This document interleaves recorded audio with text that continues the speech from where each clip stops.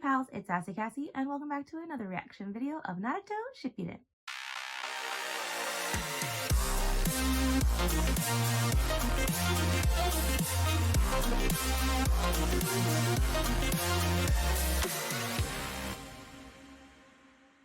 Before we get started, I'd like to thank all of my subscribers and anyone watching this video.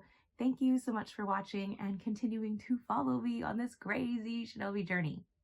I would also like to give a very special thank you to my patrons. Now, previously on Naruto,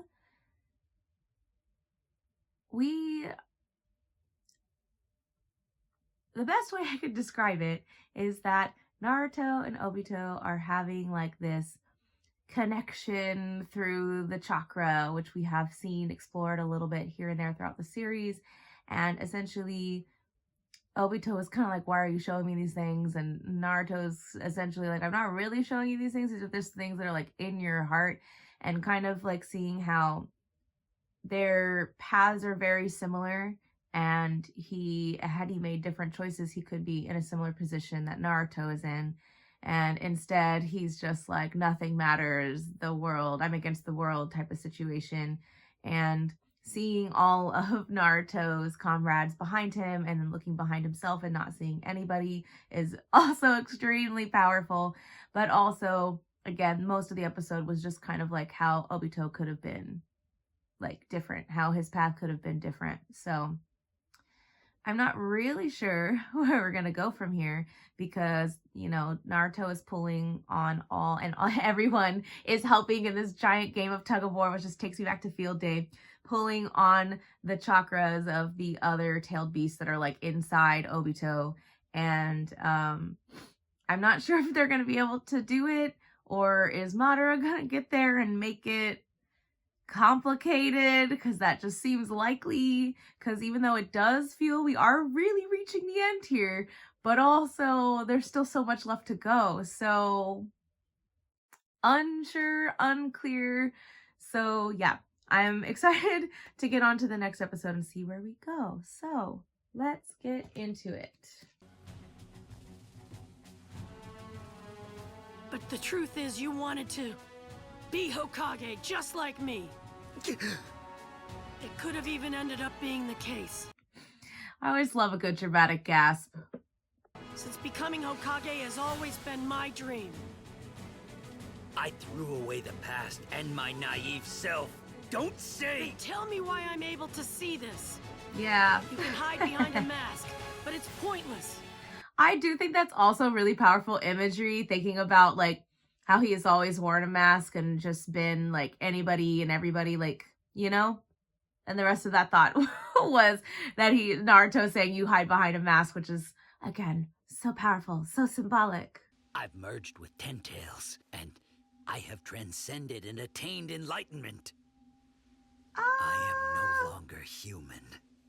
I shall lead mankind into its next stage. That's I not. possess the same will and body as the Sage of the Six Paths. I am the second sage. Wrong. Correct. You're Obito Uchiha.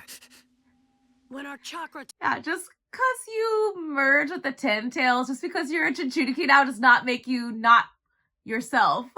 Look at you now. You've made all shinobi your enemy and spout nonsense that it's for the world's sake, when really you're only doing it for yourself. That's not true. One person, not even those precious to you, would ever acknowledge this current dream of yours. Yeah, I feel like he's doing this because he wants Reen back, and that's it. Even though he says there's other reasons, I kind of feel like that's really the only reason. That's why I wanted to see you despair about this world. Or I suppose I wanted to feel again for myself that the path which I've chosen is indeed not a mistake. When I was battling against you, you made me recall myself from my youth. That's why... Okay, I'm calling it right now. He's gonna have a slight change of heart, and that's when Madara's gonna scoop in and be like, you are too weak-willed, I'll do it. And reject your feelings and past. It's because we're so alike that you really annoy me. Get it? You're just a... Yeah. I think when you are similar to somebody, when you see something, what you could have done, what you could have been, choices that you could have made, and you want to reach out and help them and they're not seeing it. Watch over me.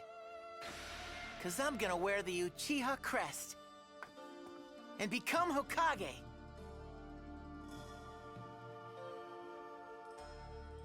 Right!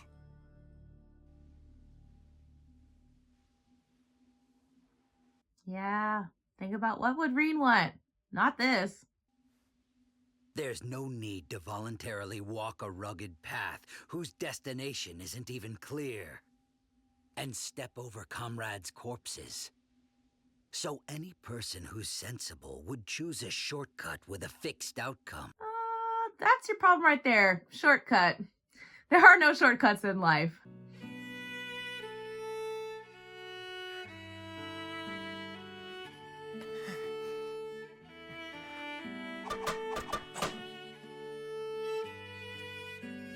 A perfect score.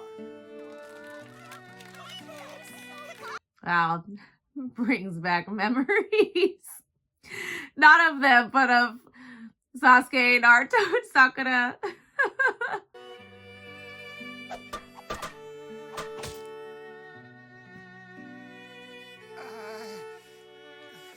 Not the book. Are you trying to kill me? Aren't you like a Jonin? Couldn't you have easily dodged that though? Unless I'm mistaken, are Jonins the one that teach them? Not to say that he's not right to be upset, but also...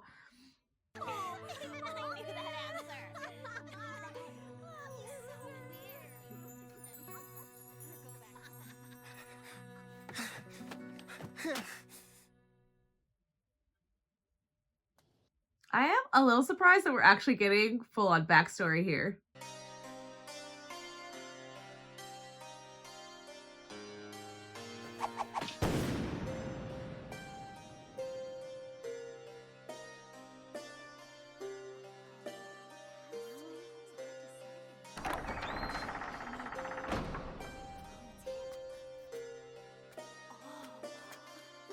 Got a little headband, yeah. Yes! Excellent job, Kakashi! I love little guy sensei. Ah! Just keep watching over me, okay? What? I'll catch up to him. And then I'll surpass him, and I'll become Hokage, no matter what. I am curious though, if Kakashi graduated earlier than them, how did they end up on the same team? Or did Kakashi technically have to like wait a bit because there wasn't anybody team that he could be on yet?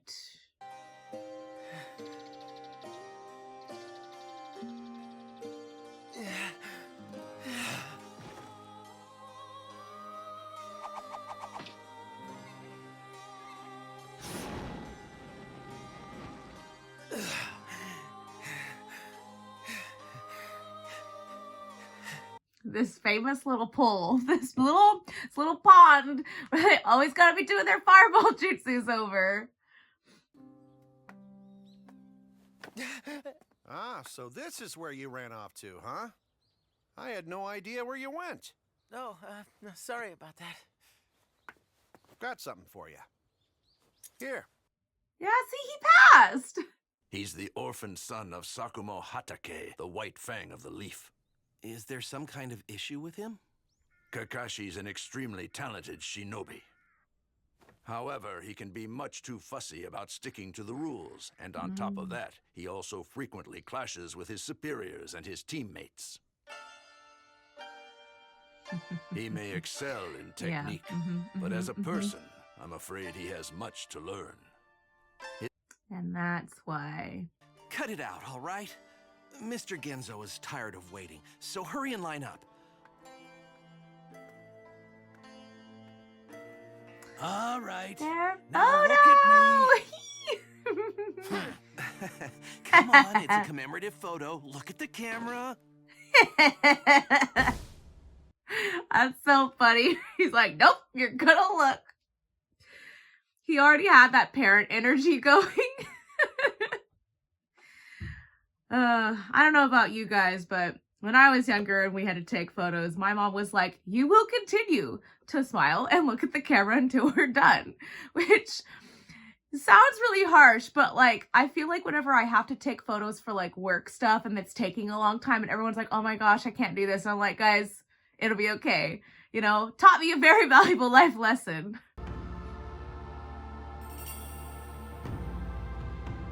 Also, I just realized we spent more than half this episode in memory lane, which I never thought we were gonna get. Wasn't bad. It was just interesting. I want to know though why he was always late. Not that it's like super important why he's late, but I want to know, like, does he just wake up late or like, you know, because I'm honestly feeling because Kakashi was so disciplined, I wonder if he just like wakes up early and then is just late on purpose. It feels that way, but I don't know. Anyway, very interesting episode to explore the backstory of Obito just a little bit. Like, I don't know if I knew that he didn't have parents. I don't know if I knew that. If I did, I definitely forgot, but he didn't have parents. So that is another similarity between him and Naruto that I didn't know about and that I think is interesting as well. I'm feeling like I'm in the realm of Disney right now where people just don't have parents. Anyway, this truly does just piggyback off that idea that like having a good rival can spur you forward and inspire you to do more and work harder and things like that, because having Kakashi be his maybe self-proclaimed rival, he worked really hard. He did. He like worked really, really hard, you know, training until he passed out, which is probably not good for you, but he worked really, really hard. And then he still was like, I still have doubts, but then, you know, he was able to do it. And he you know, still thought he failed, but he was able to do it. And I also love that we do see a little bit of that backside where like, even though Kakashi is a quote unquote genius, you know, he didn't get along well with others. And that's the hard part, is that, you know, not every ninja mission, in fact, most of these ninja missions that we have at least witnessed are not solo missions. You go in teams. And if you can't work with your team, then how are you supposed to accomplish anything? And I guess my question was answered on like Kakashi was just joining teams already like established, maybe teams of 3. So him being put not only in a team with people that he already knows, like his own age, but also like with the pretext, at least from Minato's standpoint, of like, this is what he needs to work on. Like, I think that's so interesting because Kakashi used to be the same way. And so having somebody like Sasuke and Naruto be put on his team is so like, I don't want to call it ironic. There's another word for it. But like, it just came full circle. So I really, you know, I feel like Kakashi was probably the perfect person to be in charge of them. And maybe, hopefully, help Sasuke see the light, which didn't really happen, but, you know, Kakashi tried. He did. Suddenly remembering when he tied Sasuke up in those wires and was just like, everybody that is important to me is already dead. Anyways, I've been talking a lot of roundabout, but I'm curious where we're going to go from here because we just, you know, went down memory lane in that last episode. So for now, thank you all so much for watching and continuing to follow me on this crazy shinobi journey. And until next time, bye!